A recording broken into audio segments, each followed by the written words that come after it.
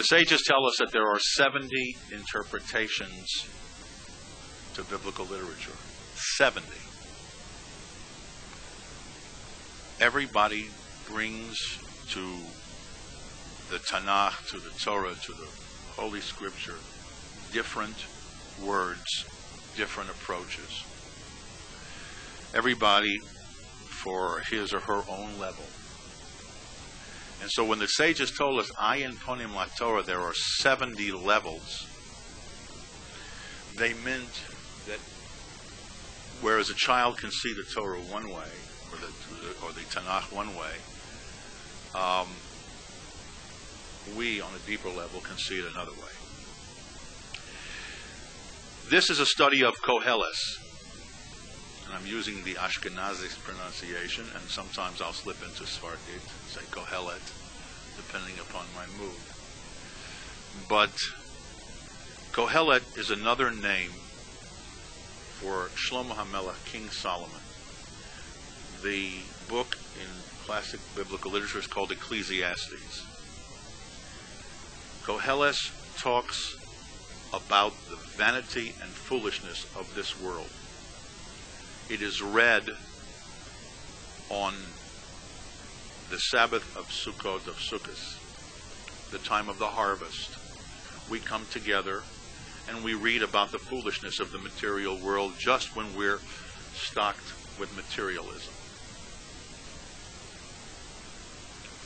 It's like when the market is up and everybody's talking about living like a hippie, without anything in the world, with all devoid of materialism. Why is this done? And many people complain about Koheles and say it is a very negative, down, or to use late 20th century terminology, a bummer, a negative ride. It's interesting to note that King Solomon, Shlomo HaMelech, wrote his book in different phases of his life. In the early phase of his life, and he came to the throne at the age of 12, and he died at 52. He acquired 1,000 wives, so the sages tell us, and so the Tanakh tells us he had 1,000 wives. He died at the age of 52. The early part of his life, he wrote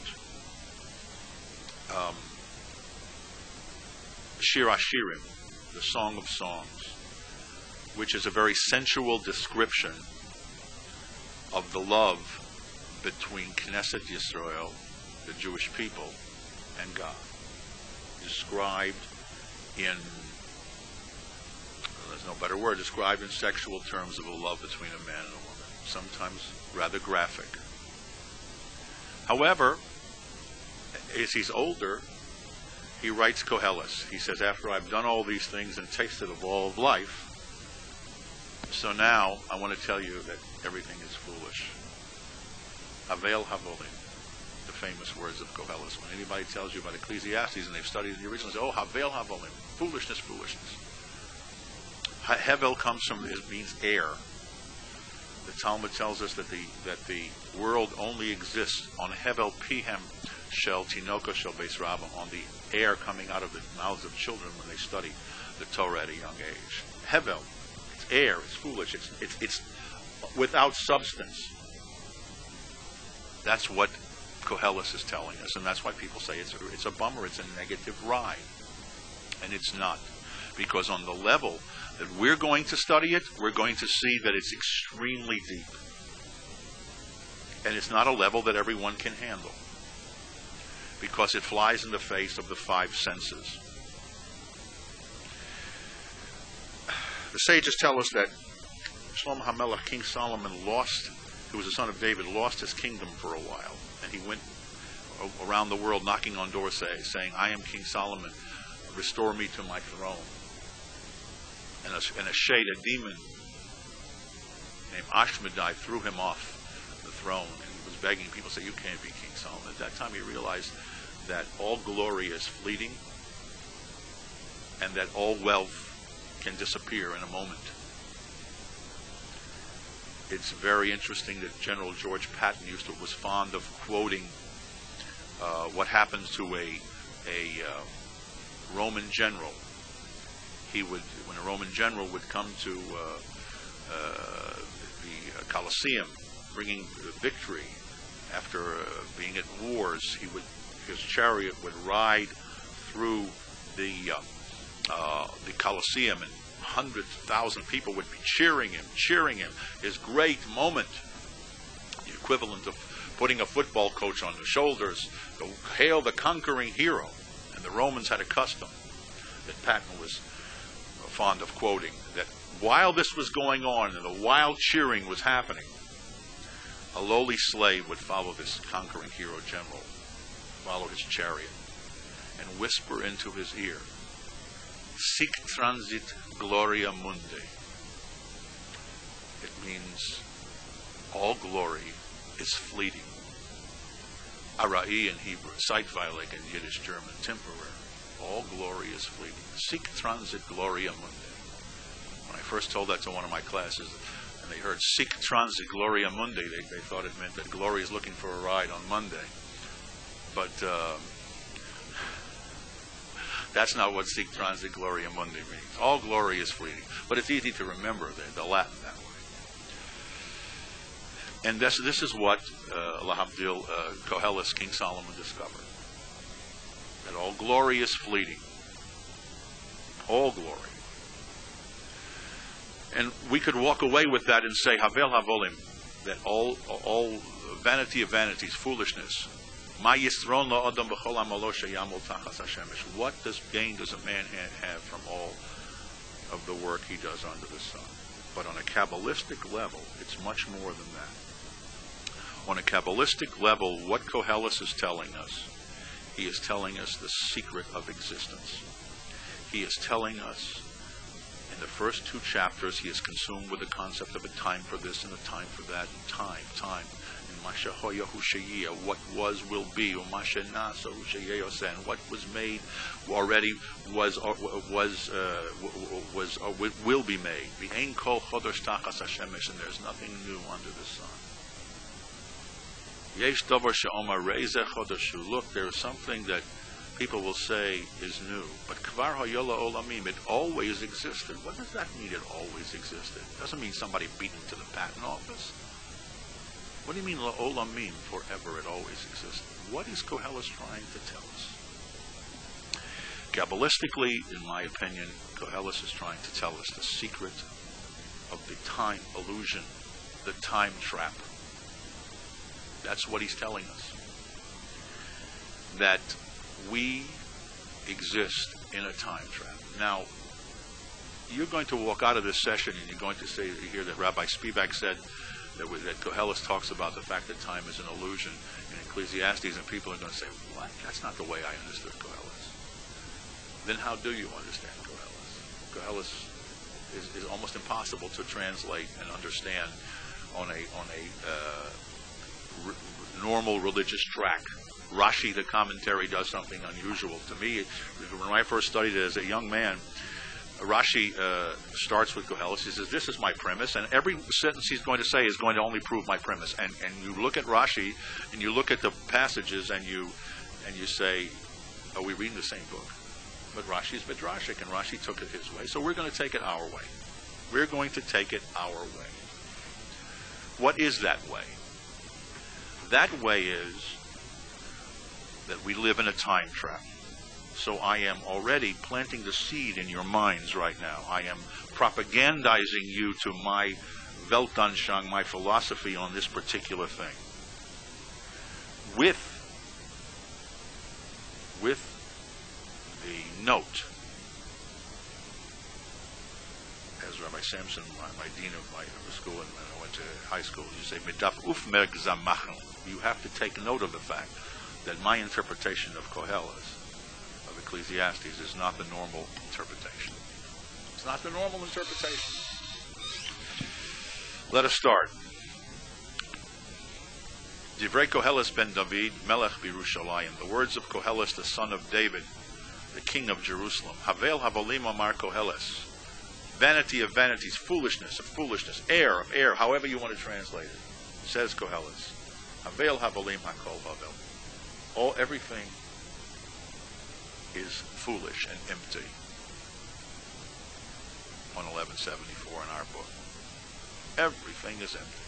Everything is empty. Let us understand, why is there a time trap? We'll talk about that later, but first I want to tell you that Koheles is telling us that there's no such thing as time. It's an illusion.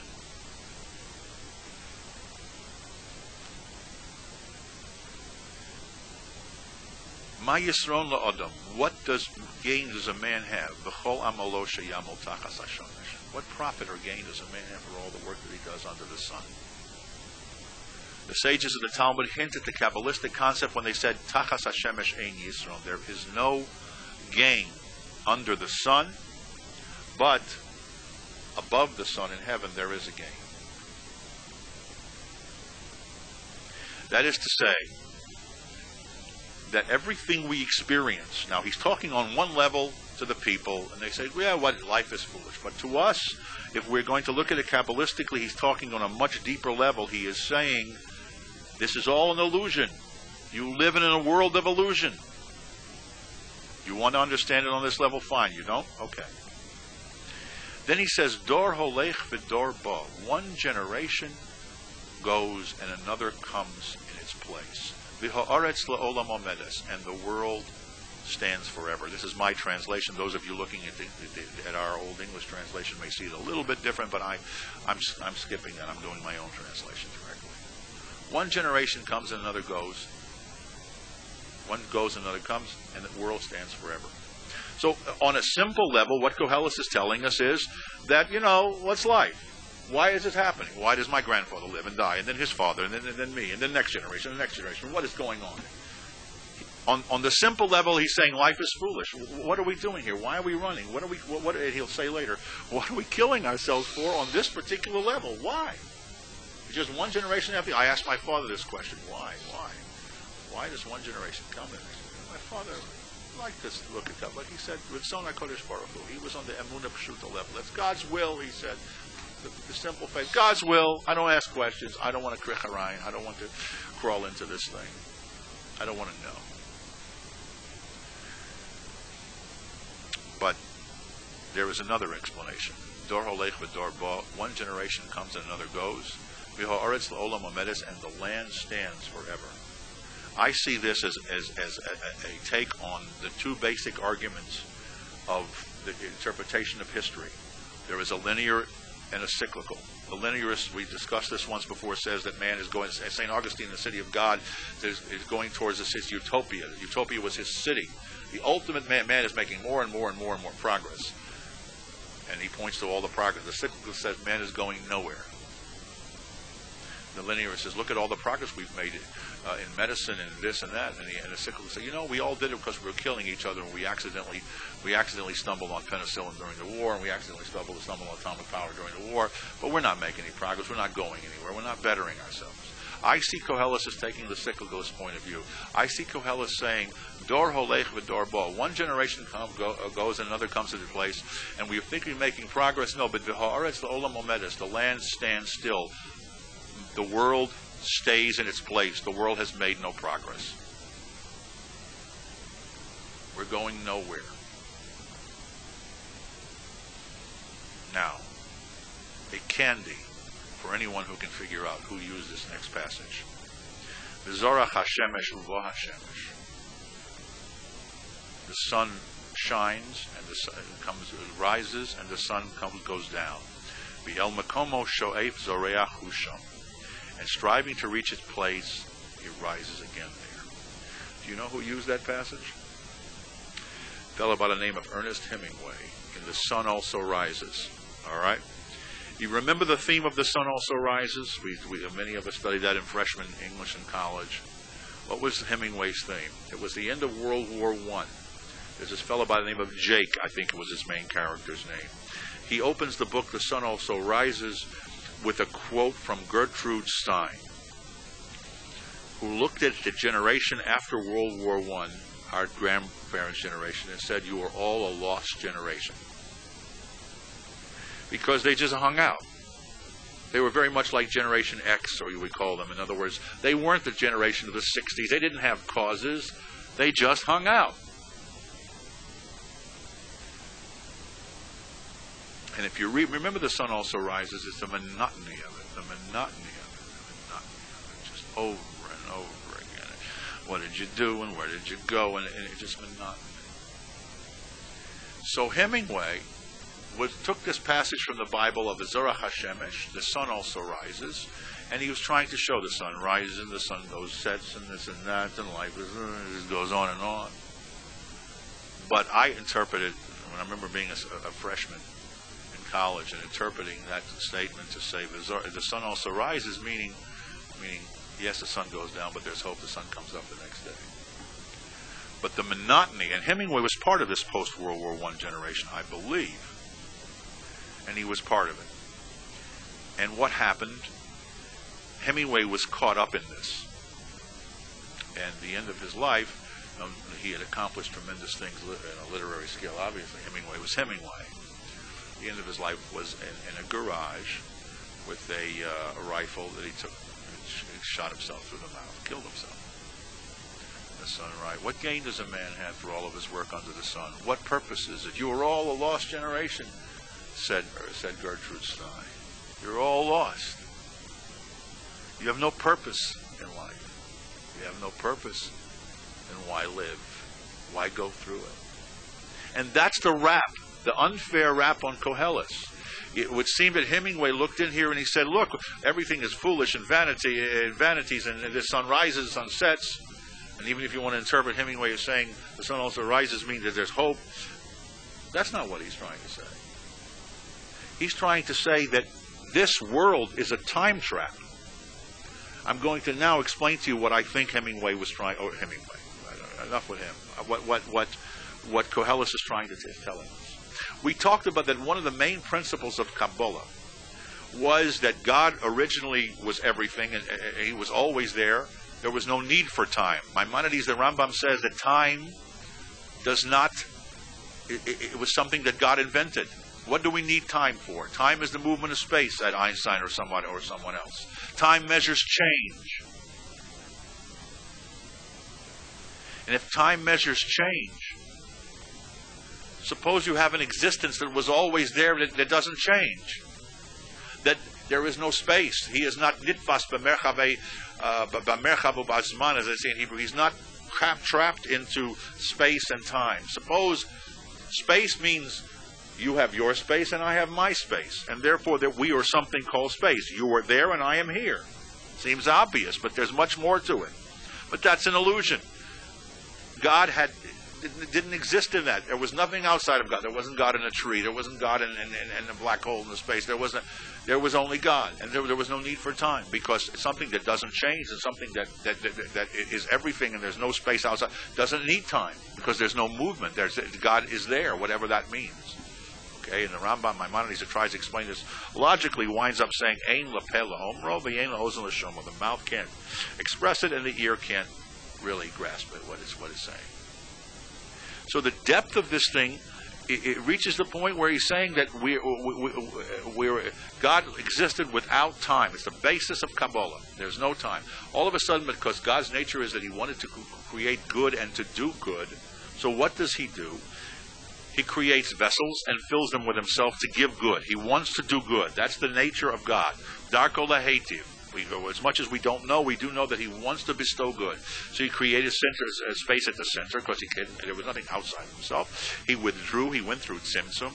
I'm giving you deep Kabbalah on one foot, and you can just accept it for what it is. It's just a brief brush of something very deep. He withdrew. He had something outside of Himself. Filled these vessels with Himself, and He gave them good. But the vessel said, as we've said many times, couldn't take the good. There was too much. The light was this good. There was this light. We can't just take it. They went into, I won't call it sugar shock, is the best thing we can understand, but they just couldn't take good. We want to earn it. This is nahama de chasupa. It's bread of shame. This is what you're giving us, all this good. And they wanted to earn it. So what can you do to earn it? What can you give God? Can you buy this good gift of God? You can't buy it. The only thing you can give God is loyalty. So therefore, they said, create a netherworld. Create a world down there. Said these vessels, these souls. The souls eventually cracked. They broke. Shvirat HaKelim. They broke, and they as they floated down into the nether world, They became the souls, and they said, we will test us. We can't hold all this good. They broke, and they floated down into the netherworld, and there they said, good, give us this netherworld and test us. So God says, how can I test you? He didn't ask them, but he said, if I put you somewhere else, I'm in a state of permanence. I'm in a state of non-change. You want me to put you in a state of non-change, you'll never come back to me. You'll never come back to bask in the divine light. So therefore I have to create something that's that's temporary. That something is not like the state and the dimension that I'm in. And what I have to create is something called time. I have to create a flask, a trap, in which things move, and there's movement of space and time, not like me where there's no movement and there's no space. Am I talking a little bit past this? You guys, you're with me a little bit? All right. So I have to create something that has an end. I have no end. I exist infinite. There is only the infinite and the divine infinite, the infinite now. So I'm going to create something that has an end so that you can go through, prove your light, and come back to me. That's how we got time, my dear people. That's how we got time. Time means something that's temporary. That's space and time. I think you can grasp this concept of something that doesn't need time because it's permanent and it doesn't change and it doesn't deteriorate. Obviously, not on the ultimate we can't. So therefore, God creates a time trap. All of a sudden, man's here. He says, well, that's what time is all about. That's my life. There's time and there's this. Baloney, there's no such thing as time. There's no time. What was, it will be. Everything, there's nothing new under the sun because everything is now. Everything is the truth. Everything is happening simultaneously. If God knows everything, how do we have free choice? The answer is because our free choice, everything is happening now. We're not born and die over a time period. The truth is, Kabbalah on one foot, I mean, that's obviously, it's much deeper. We are living, every one of our souls is in a reincarnated state. We're in different dimensions. I exist not earlier, but in a different dimension. I am in this dimension, in this time trap with you. It sounds like something out of a science fiction thing because that's it. But go explain to the ant crawling on this light bulb that what his life is an illusion. His world isn't one fluorescent bulb. That there's something else much bigger than that. That there's a water and then water pressure coming through, and waterfalls create generators, and generators create electrical power. Or there are atomic power. His life is a light bulb. That's what it's about. He'll tell you. There's nothing else. We're caught in a time trap, all of us, in a different dimension. And we are not reincarnating from time to time. We exist simultaneously in different dimensions. A previous life. A person doesn't die. You don't lose a parent. You don't lose a loved one. Their soul slips in a different dimension. Much deeper than that. Now I'll tell you one incredible secret. Biblical literature, and it's the total opposite of what, and I'm going to develop it, but I have to give you the general concepts in the beginning. The ultimate secret here is this. If you look, scholars talk about the before Noah and the flood and after Noah and the flood. That's called pre-diluvian and post-diluvian. Diluvian is the flood, all right? Pre-diluvian in the biblical literature meant people lived 1,000 years, so they lived a long time. This one lived 800 years, this one lived 400 years. Post-diluvian, they lived much shorter. So why in pre-diluvian longer? Why? Well, there's an argument between the Rambam and the Ramban as to the reason. Nachmanides and Maimonides. One of them says that the atmospheric changes after the flood caused people to live shorter. Another one says it's only the righteous. It's a whole, but it's not saying what the machinery was. We're not talking about what the machinery was that caused this to happen. What we're talking about is why did it happen. Now listen to this. I want to live forever. I want to live the longest amount of time. But the Kabbalist doesn't see it this way. God puts man on the earth. He puts him through a test. It's an nisayon. And what happens in a test? Every minute you're on there, you're taking a risk that you're going to fail that test. So all the souls wanted the test. Why? Because they didn't want to have all the good for nothing. So they said, test us. So you're on the playing field. They're shooting at you. You're on the playing field. You're being tested. You're on the battlefield. Every minute you're on the battlefield, proving your loyalty to the ultimate, infinite general. People are shooting at you, whatever that means, or you're being tested in life. So God says, in the pre-diluvian, before the flood, he says, I'll let man live 400, 500, 600 years. He's going to stumble. So I'm going to do him a favor. I'm going to cut his time down here so he has much better a chance of being down here, so he's not exposed to the dangers of that long a period of time. So people live shorter. So we mourn when somebody lives half a life, 5, 10 years. We mourn. It's terrible because we live in a time trap. We don't understand. God in his infinite mercy took the person out of that. We don't realize what's written on every Jewish tombstone, or the Hebrew word for death is patira, which means freedom. Patur means free. So we live in a mirror world, total opposite. So Koheles is telling us, Havel Avolim, people, this is foolish. The whole thing's an illusion. Time is an illusion. What was will be. The whole thing, you're living in this illusion. You have to understand why. And he comes to the conclusion at the end. He says, Sof Davar. The end, Es Elokim Yerav Es Mitzvoshav Shemar. Fear God and keep his commandments. Kizek Kol Adam. That's what man is all about. Why is it what man is all about? That's the whole reason that the souls came down to this earth, to prove their loyalty to God. That's the whole reason.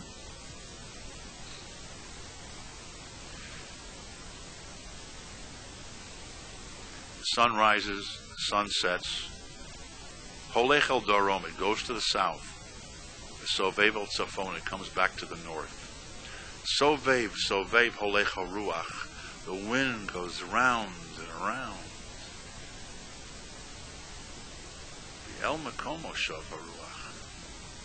The Al Svivosav Shav HaRuach, excuse me. And around the circle does the wind return again. It's a merry-go-round. Nothing is being accomplished. There's no ultimate thing. It's done to test the human being. Kol hancholim hochim el hayam. All rivers flow into the sea. V'hayam einenu molei. But the sea is never full. What is he saying by that? I don't understand that. He's trying to say that the purpose of the physicality of the universe is only to accommodate man's needs to prove his loyalty to the Creator. And the rest of it's an illusion. It doesn't work the way you think. Nothing is accomplished in the physical world.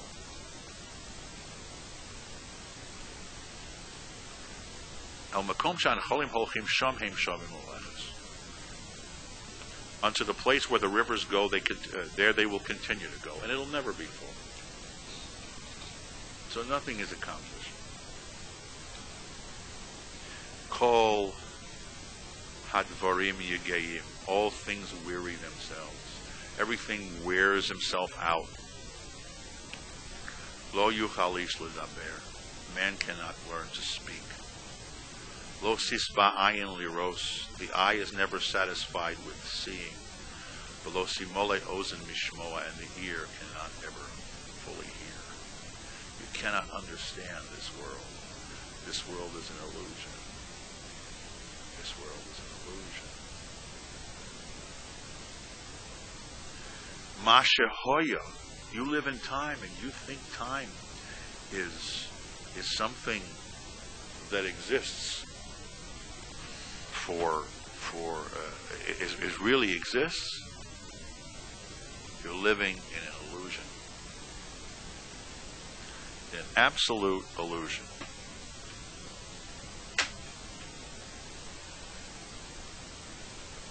We'll discuss this.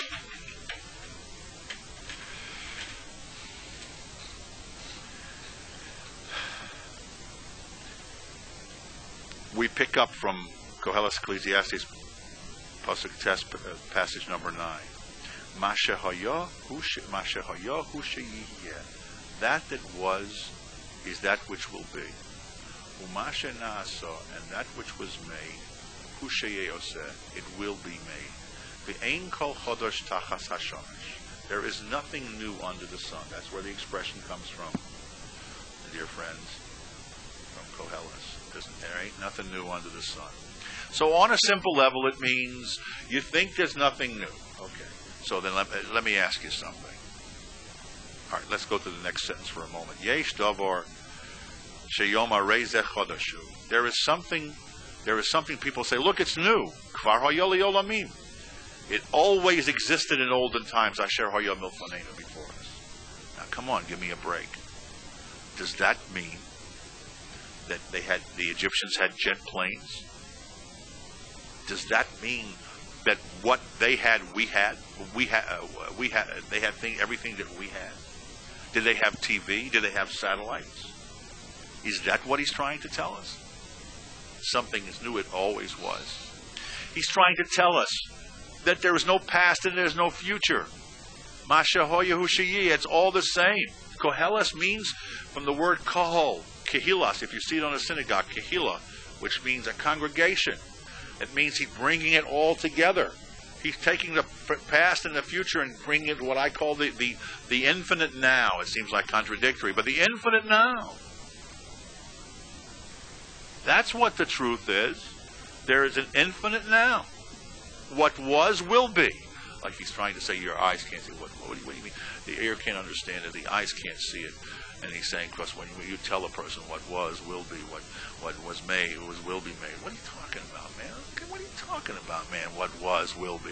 Yeah, your eyes and ears can't understand it because you live in an illusion.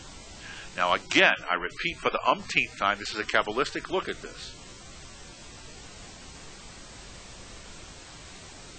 Any questions? Comments? Now, you think you're going to make... Let's look at the next sentence. It's a beauty. 11. Yud Aleph. Ein zichron larishonim. There is no remembrance of the people who were before us. V'gam lo acharonim sheyiyu. And all the people in the next generation after them, lo yelohem zikaron. They will not be remembered either.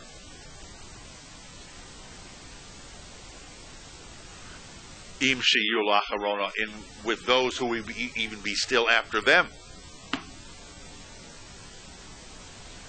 Or in other words, as we say in English, how quickly they forget. Okay? That's the basic interpretation. That's the bummer, the negative. Why do I live? What is the point? Andy Warhol said everybody has 15 minutes of fame and they're forgotten. Okay? You know, if you want to test it out, go back with two presidents, ask you who the vice president was, who was the Speaker of the House. You'll see on that level, Ein Zichron Larishonim, there's no remembrance. But on a Kabbalistic level, he's saying something totally different. On a Kabbalistic level, he's saying there's no remembrance of the first ones or the after ones after them because everybody's simultaneous. That's the Kabbalistic concept. But the eye can't see it, and the ear can't hear it. So he keeps telling you, it's not really what you think. So you want to understand it, let everybody has 15 minutes of fame. You want to understand it, how quickly they forget. You want to understand the level? Fine. So walk away from this thing understanding and say, boy, he was so negative, Koheles, Solomon. He was so negative. He's telling you the secrets of the universe. Ani Koheles. Yud base 12. I, Koheles, I, Solomon. Vayisi melech al Yisrael b'Yerushalayim. I was king on Israel and Jerusalem, which was the center of the world. V'nosati es libi lidrosh v'lasur b'chachma, and I directed my heart to inquire, to search, to seek out wisdom. Al kol asher nasar tachas hashemesh, on everything that was made under the sun. Under the sun. Not the infinite now. Not that which was God, but the under the sun time trap in which we live, my interpretation. For the umpteenth time, I tell you again. And hu inyan ra. This is an evil thing. Nosan Elokim livnei adam, that God gave to man. What do you mean? God gives evil to man? The Kabbalistic interpretation, God does bad to man. God gave man evil to test him with it. Tachas Hashem is under the sun. He gave him evil to test him.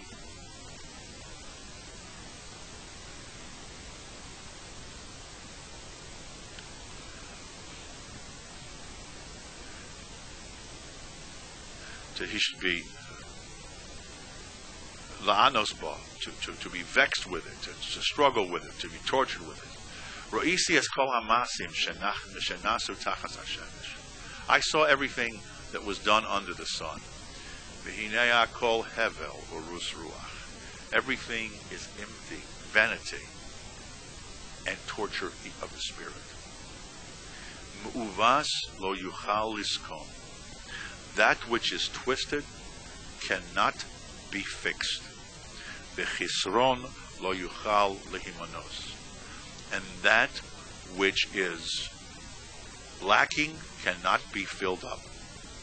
Effective can't be numbered, can't be fixed.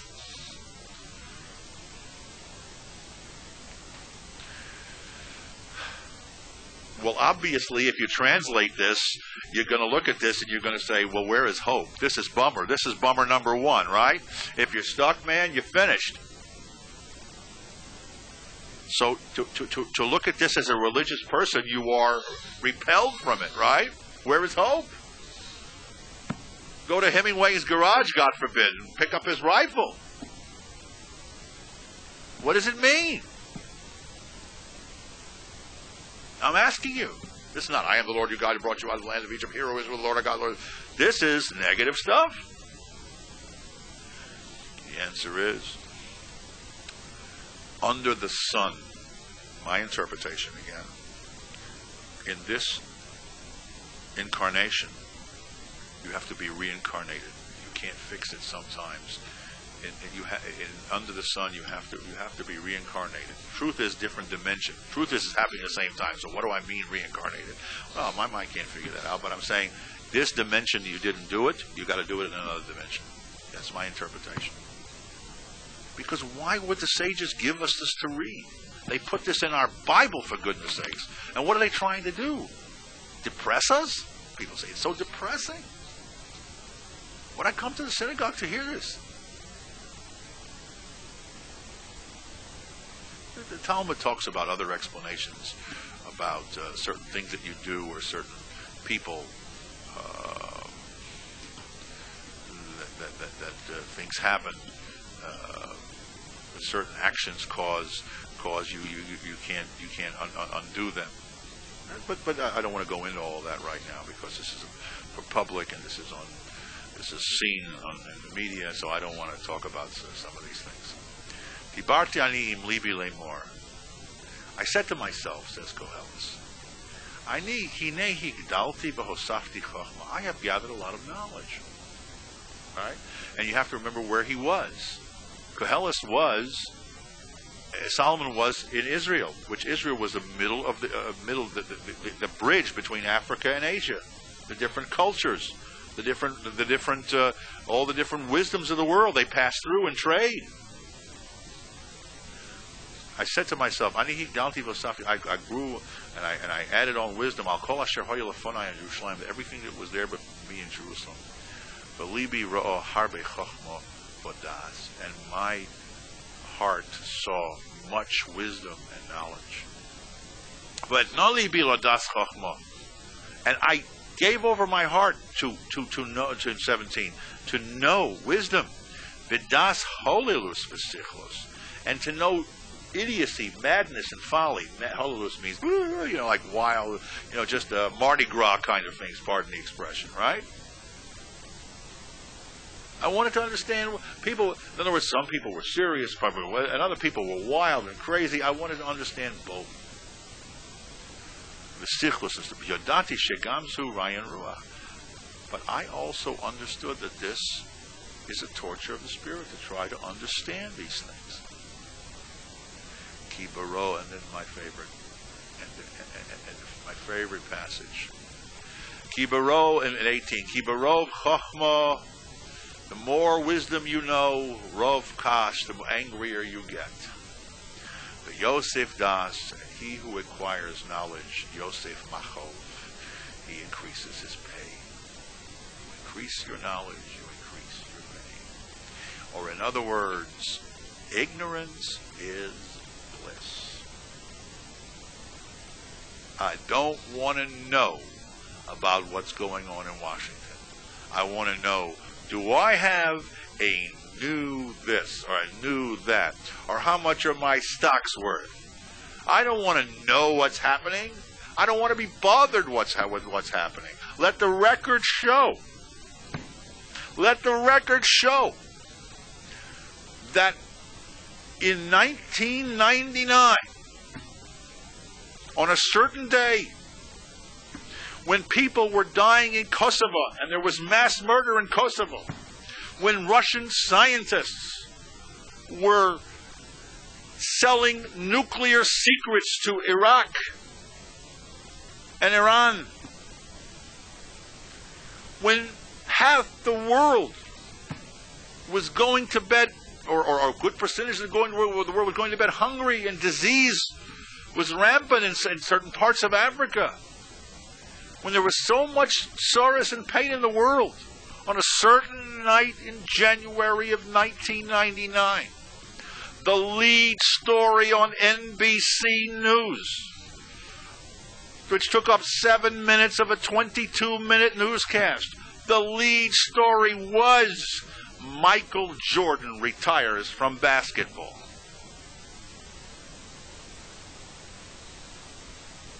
Kiva Rov, Chochma, why do I want to know about what's going on in the world of death? The more knowledge you have, Rov Kas, you get angry. How can it happen? Who wants to think about it? I don't want to think about it. But Yosef does. And the more he will increase his knowledge, Yosef Machov increases pain. So inoculate me against this. Don't tell me about the mass murders in Serbia. Don't tell me about the atomic and the nuclear dangers. Don't tell me about the Mishugoyim out there at the millennium time. Just tell me, Michael's not going to be back on the court in his Nikes? Ignorance is bliss. And they took polls, and the polls said 58% of people didn't want to know about these other things. And as we come closer to the Messianic age,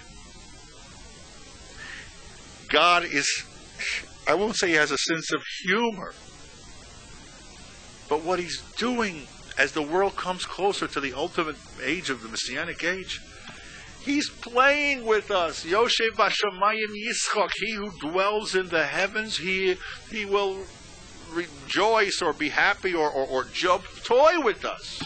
Because every 2 years now, or now what is it now? Every 3 years we double our knowledge, right? What does it come down to now? Every 2 or 3 years our knowledge doubles. All of mankind's knowledge doubles. And so while this was going on, you'd think people would be out there saying, just bathe me in this knowledge. But no. The lead story on NBC, and they weren't the only one, I don't want to blame them. The lead story on NBC when all this knowledge is going on is who's going to fill the shoes of this man who throws a ball through a hoop. Why? Because Koheles said it. Kiva Rov Chochma Rov Kas. The more knowledge you have, the angrier you get. You don't want knowledge. Yosef Das, Yosef Macho. The more knowledge you have, you increase it more angry. So what are we doing? It's called the dumbing down of America. The dumbing down of the world.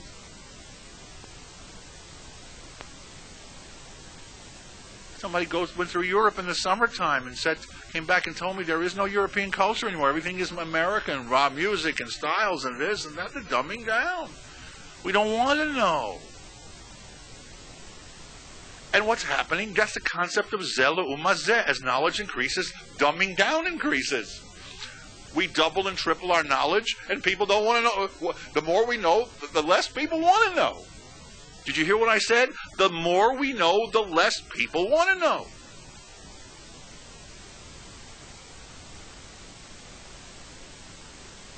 And you want to know why Koheles seems depressed? Why Solomon in Ecclesiastes seems down?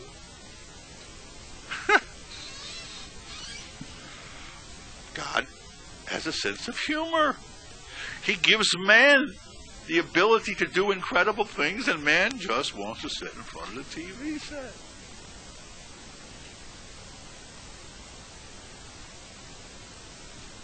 And you know what? It's painful to talk about this.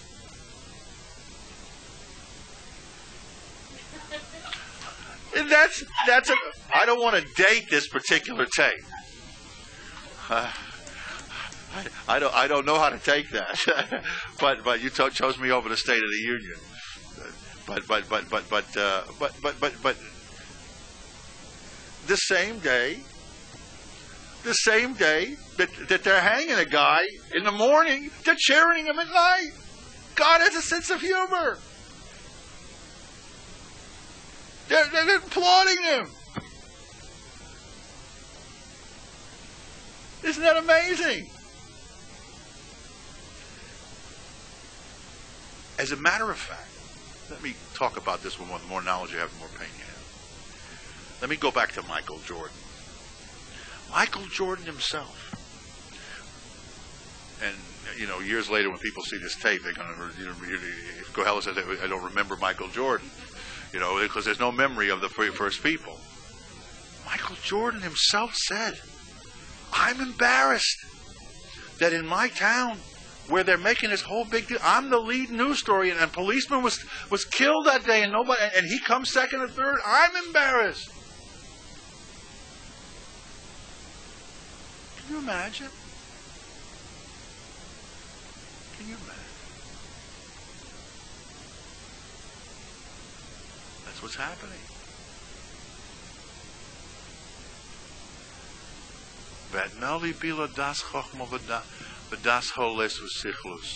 I went to see stupidity, wisdom and stupidity and craziness. This is like an exercise in futility.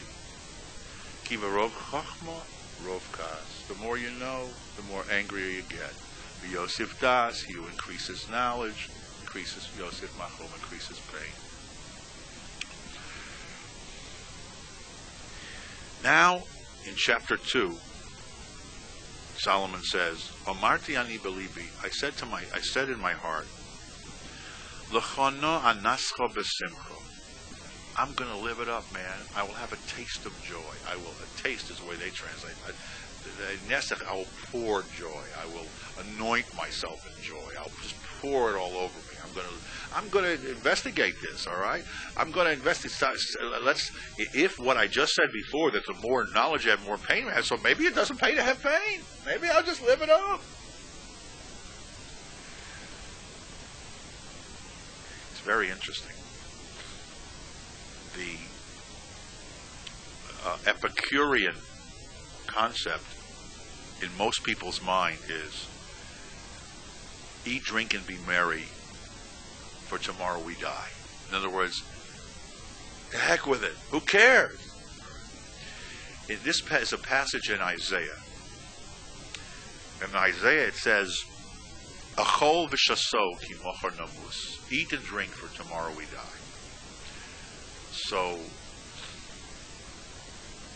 the Epicurean, Epicurus is the evil level in Judaism. But of the evil person and the righteous person and the middle person, the Talmud says a person who says, let's eat and drink for tomorrow we die, is not an evil person. He's a Beinoni, he's a middle person. Why? Because Kivan de Maskele Yom Amisa. It's not eat and drink for tomorrow we die. It's go ahead, eat and drink for tomorrow we die. Do you hear the difference? He says, go ahead. You're going to have to face up to this one day. All right? So it's where you put the emphasis. But that's just an aside. And I don't want the aside to take you for totally away. But Amarti ani belibi, he says in chapter 2, I said in my heart, I will bathe myself in joy. You can follow me in English when I'm talking to Hebrew, right? I'll bathe myself in joy and see good. That's also vanity. That's air. That's empty. That's nothing. Lischok amarti mahulo. Joy, to laughter, I said, it makes you nuts. Makes you mad. Crazy. And of joy, What does this do for you? What does it do for you? Tarti belibi, I resolved in my heart, limshoch bayayin v'sori, beautiful words, metaphors, to indulge my body with wine. You figure out what you mean. He's got 1,000 women in his castle, and he's got all the riches in the world, and he says, I'm going to just bathe myself in wine.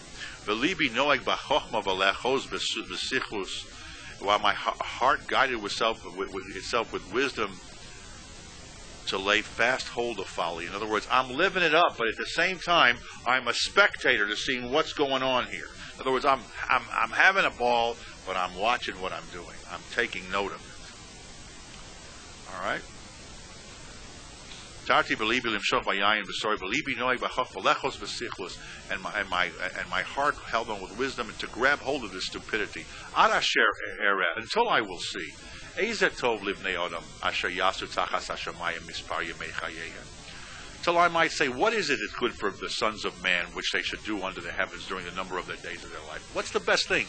Is it to live it up, or to be serious, or what? Maybe it is better to wonder if Michael, the lead article should be, your thing in your life is, will Michael throw basketballs through a hoop again? Maybe it is.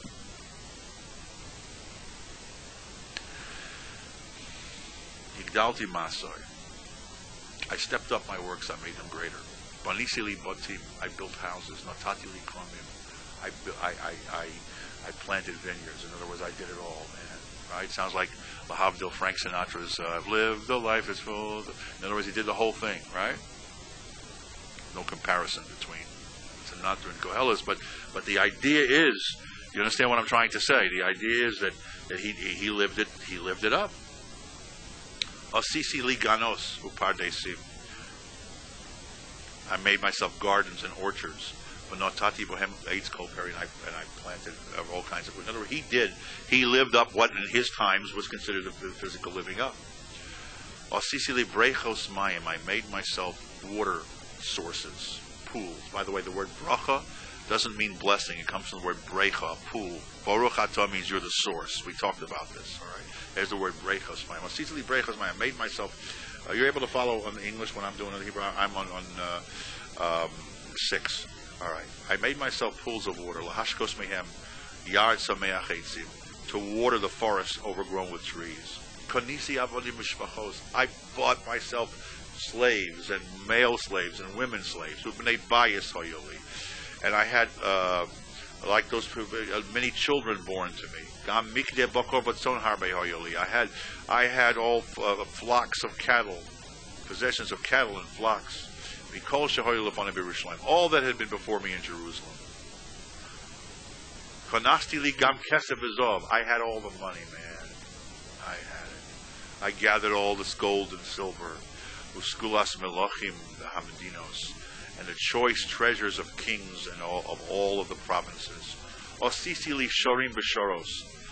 I procured for myself male and female singers, the sanugos b'nei adam shidos, and the delight of the sons of men, wagons and chariots. In other words, the equivalent of a Ferrari or a Rolls. Okay? I had it all. This is good. Pardon me for comment. He says it. All right. V'godalti v'hosafti, and I grew. I was great, and I got more. Mikol shehoya lefon Yerushalayim, of everything in Jerusalem. Af chochmasi amdali. But while I was living up, my wisdom stayed with me. I kept a cool head. I did it, but I had a cool head. V'chol asher shoalu einai lo atzalti mehem. And whatever my eyes desired, I refused of them. Lo monati es libi mikol simcho. I did not hold back my heart from any joy. So it's kind of hard to understand. You're reading the Bible here, right? This doesn't sound like the Bible, but this is.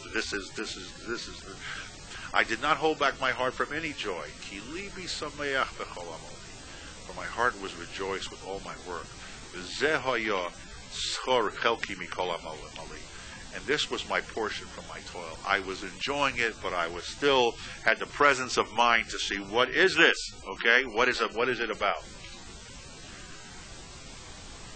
Ponisi ani b'chol masai she'osu yodai ve'amo she'amalti lasos.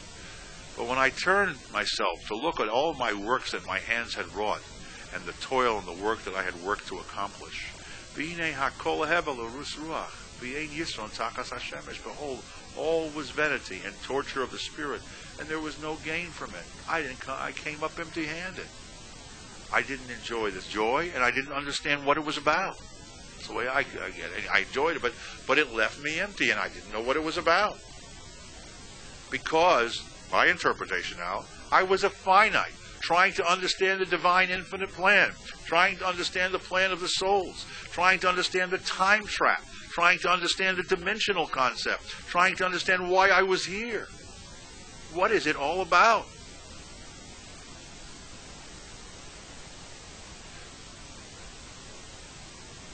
It's not a bummer, really, if you really think. It sounds negative, but if you get to what? Somebody who's searching, and we hope that everybody is searching, he was wise enough to understand and sort of almost make an experiment out of it. But I think you almost have to take an elitist attitude. How many people, after having it all, would still say, well, I need more toys. The reason I'm empty is I need even bigger, and I need even bigger. I mean, how many people are going to say, well, I've tried it, and I know that there's something more spiritual that I have to be questing after? Most people keep going. Yes, you're right. You're going to say. Well, if Shlomo HaMelech was supposed to be the wisest man, he got this gift of wisdom from Hashem.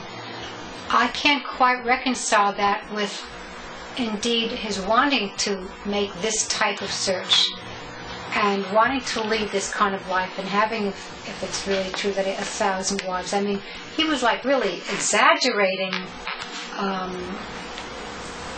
hedonism. Okay. He's exaggerating hedonism. Okay. In other words, it should be enough for him to go to the synagogue, and to pray to God, and to do the commandments, and to do the mitzvos, and to do that, and not ask why he was put here for this in the first place. Why he was put here. What is the reason I'm doing this? Why? Why does God want me to do these commandments, and then I die, and then the next one does it? What is this about? What is this infinite being doing this? And you know what the answer is? The infinite being didn't ask you to do this. You, the souls, wanted to do this. The souls wanted to prove their loyalty. God said, it's enough for me. I create you, and I have nachas that I made you, and that you're enjoying it. But the souls they couldn't take the good. It was the shviras hakelim, the vessels cracked from all the good. Man, people can't just take good. They have to be challenged. Adam Amol Yulad, man is born to struggle as the sparks fly upward, says he of Job. The book of Job. Why would he want to do it? Why? Why? Because, you see, if we come from an Orthodox community, we are told we take a safe road, and the road is don't experiment and see what's out there. Okay? Why would you want to do it? And it's a lot safer that way. It's a lot safer.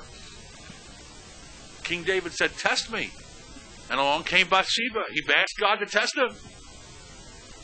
And this woman is bathing, without her clothes in the middle of on the roof. So God says, you want me to test you? I'll test you. See what happens.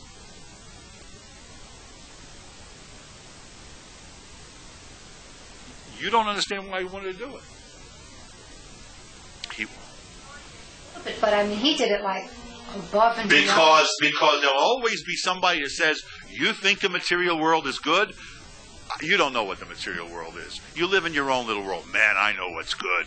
So Koheles is saying, I know what's good better than you know what's good. So the joke, the old Hasidic joke, when you've had it all, you can say everything is foolish. But us, we people never had it all. We don't know. We want to find out if it's foolish. Good, you had it all. You can back off. In other words, some people are a little jealous. It's an old joke like that. Maybe they want to try it too. He doesn't answer everything here. He's telling you of a situation that exists that you have to deal with. That's what he's telling you here. And we'll go on with this next session. This is JMC, the Jewish Media Channel.